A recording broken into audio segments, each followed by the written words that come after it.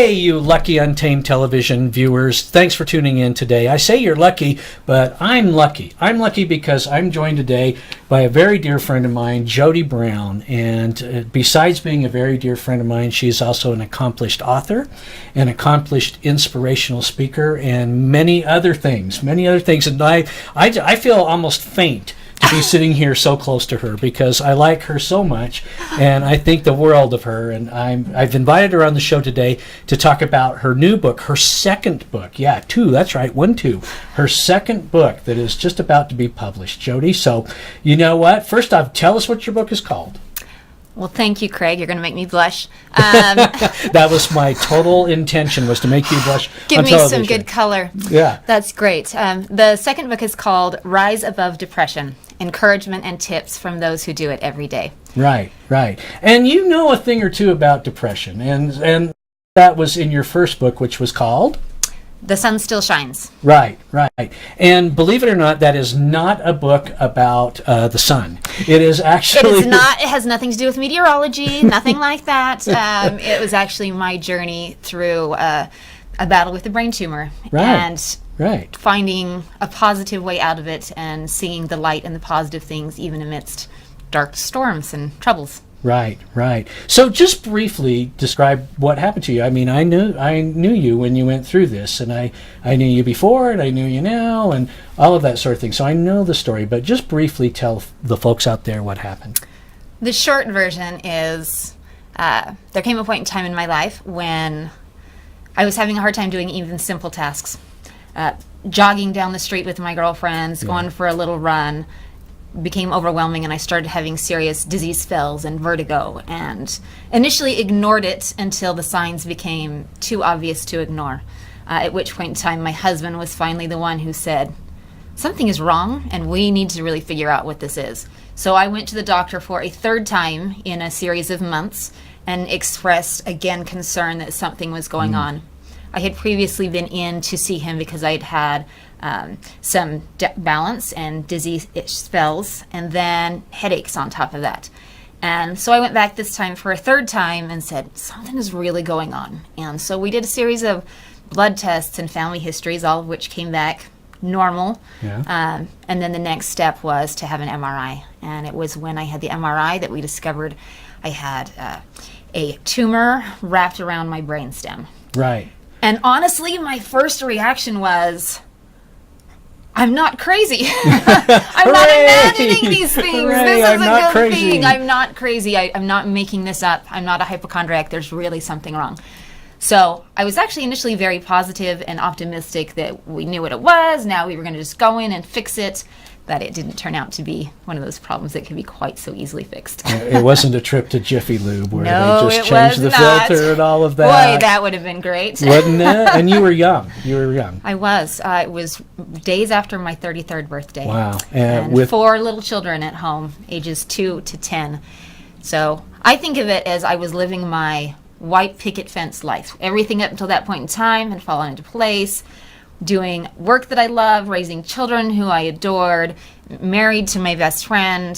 Things seemed to be going very, very well. The white picket fence, and all of a sudden, along comes drunk old brain tumor and an old pickup truck and ran right over your white picket fence. Just took that fence right out. Tossed it a long way away. So you had many surgeries. Many surgeries. I went in. The good thing was it was actually fairly miraculous because many people told us I was inoperable. So even getting to the point of finding someone who was willing to operate was a great point to be at. But then going in for the actual operations, we were told that there could be complications. I don't think there's anything like a routine brain surgery, but this one we knew was not going to be routine. So we were warned and we were told there was potential for side effects and complications.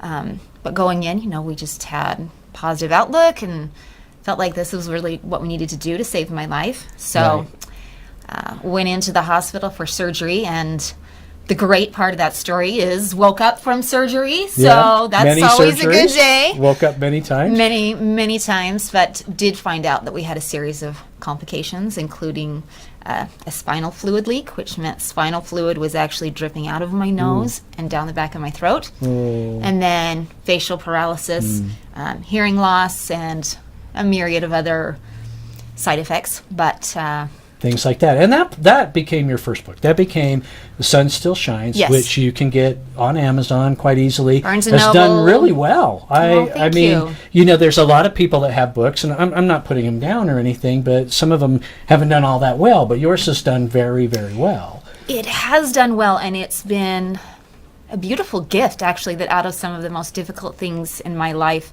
so much good has come out of it. Right. So many positive things have happened.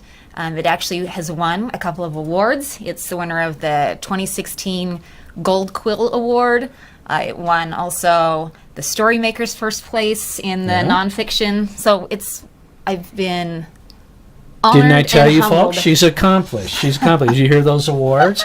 So, but then you had this good book and everything. Yes. And you really weren't thinking about writing a second book. I mean, you've been through Not it. so much. But then an inspiration came for the second book. So talk about that for a second. Well, the reality is, in between the end of the time with the brain tumor and then trying to find what my new normal was, which for anyone who's gone through a change in life, whether it be health or finances or marriage, you have to find a new normal. And my new normal was nothing like my old normal. That's why it's called a new Which normal. is why it's called a new normal. Yeah. So it was a second chance at life, but it was a very different experience, and it came with some challenges, including, challenges with sleep and with getting up and with functioning and with speaking and with eating and with maintaining energy and all of these things. And I went through some struggles myself and found myself at times in some really low places, which was not something I had ever experienced before, honestly. Did you think of it or describe it as the big, D? Was it a depression? It definitely was. I don't think I really understood what depression was before that happened. I have family members who struggle with depression, and I can honestly say now I did not get it. Yeah, no. And I am sorry to say that I probably looked at it a little harshly from the outside and maybe somewhat critically, because I just couldn't comprehend what they were really going through until that time.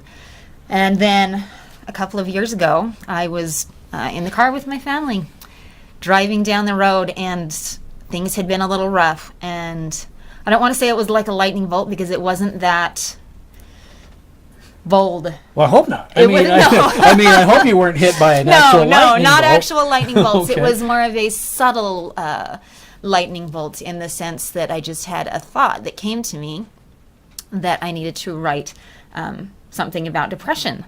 And I thought, who in the world wants to write a book about depression? I don't want to admit that I even know what it is, much less spend the time to write a book about it. But it came on so strongly, I thought, I have so many people in my life who struggle with depression, and now I've struggled with it. Maybe I really should do this. And so in the moment that I felt like I accepted this invitation from the universe, I said at the same time mentally, that none of this was out loud, I said, all right, if I'm supposed to do this, what is it going to look like? And in that very moment, I got a vision of what the graphic image for the book would be, and the message of the book, which is that inside the word depression are two additional words. The two words are press on. Oh, wow. I was going to say I get the press part, but I didn't see so press on. Press on. Wow. So within the problem lies the solution. And as simple as the concept is, and now I can't help but see it every time I look at the word. At that moment, it was brand new to me, and I knew that this was a project I was supposed to do, because the answer came to me just in that moment. So who are you writing this, or who did you write this book for? I mean, not like dedicated to, but who's your audience? Who do you hope will read this book? Well, I hope that people will read this book who are struggling, and not just people who are struggling who are looking for some grand answer to the universe, but more those who are struggling who aren't sure what they're supposed to do. There are a lot of books out there from a doctor's perspective, a psychologist's perspective, from studies' perspective, that look at this and say, for all of those of you who are struggling with depression, here's what you need to do. Right. There are not any that address on a person-to-person level from one sufferer to another. you know what? Just have hope and hang on and press on. And here are some things that you can try.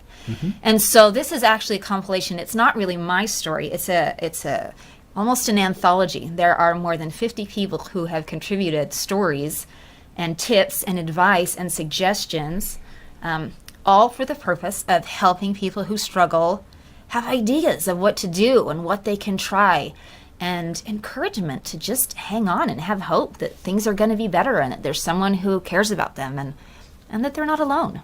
So 50 people. So as you started to write this, you started talking to people about it, and did you find out like that there were people that you knew that were depressed that you had no idea? Yes, absolutely. I found out there were people I knew who had struggles that I had not known about, but I also reached out to the larger world and went, some of the writers groups that I'm part of and the publishers groups reached out and put out calls for submissions and said, hey, anyone in the world, posts on all of the social media networks, and said, if you struggle with this, send us something, not just of the lows of depression, but of what has gotten you through those lows. What has helped you? What has helped you to hang on? What are your individual pieces of advice that you would share with someone if you were sharing person to person, reaching out to a friend? And so we gathered stories, dozens and dozens of stories from people. And sometimes they were as short as, I found I have to exercise every single day. And other times they were essays that were pages and pages long. It was someone sharing their innermost, darkest times, but then also the light and how they got out of those dark times. How they did it, huh? So then you ended up with this book, which again is called Rise Above Depression. Rise Above Depression, probably available mid-November of this November year, somewhere 15th. in that way. November 15th, it will be available on all online retailers. Right. And we probably won't have a ton of time to touch on this, but you're also an inspirational speaker. You have a website. What's your website? AuthorJodiBrown.com. Author Jodi Brown, Jodi. Jodi Brown. Jodi Brown. Author Jodi Brown. Like the color. Right. She's available to come out and speak to your group. She would love to do that, share her story, share her tips, her insight as to what she's learned. And one of the great things I think about this book, which took on a life of its own as I started compiling all of the stories, there's actually 16 different individuals who have written either chapters or whole sections of the book, and then an additional 35 to 40 people who have contributed, little bits and pieces of their stories. But one of the things I discovered, which is how the book name came to be, is it's not something so simple as some condition that you can just overcome and say, okay, that's Get behind over me. it. Come on. Be happy. You can't necessarily just turn that conquer it. frown upside down. Exactly. Come on. But you can rise above. And when you get higher, you can see things from a different perspective. And sometimes that's what's required, is to realize you're not actually a lone sole person in this universe, but as you look at things from a different perspective, you can see a different picture. And that different picture shows you that there are other people around you who care about you. There are bigger things, gives you a bigger view of the world, and you can see that there is hope. And there are others who've done this, and there are people who do rise above each and every day. And these are their stories, and I'm excited to share them with the world. I didn't even want to talk about it in the beginning, and now I find I'm excited to talk about it because I think it's really going to help a lot of people. That's cool. Didn't I tell you, folks, you were lucky today to be tuning in to see Jodi Brown. Again, the name of your book? Rise Above Depression, Encouragement and Tips from Those Who Do It Every Day. Yep, Jodi Brown. And some of you out there may be dealing with depression right now, and here's one source and one way that you might find a little bit of hope and get on out of it. Because look at Jodi, okay?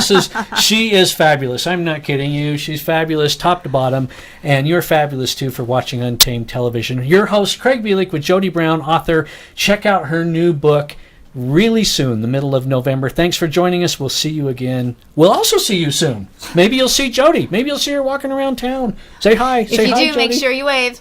Make sure you wave, yeah. If you see me, make sure you wave loudly because my hearing's starting to go. I'm getting old. Mine too. Thanks for joining us. Untamed TV. Untamed.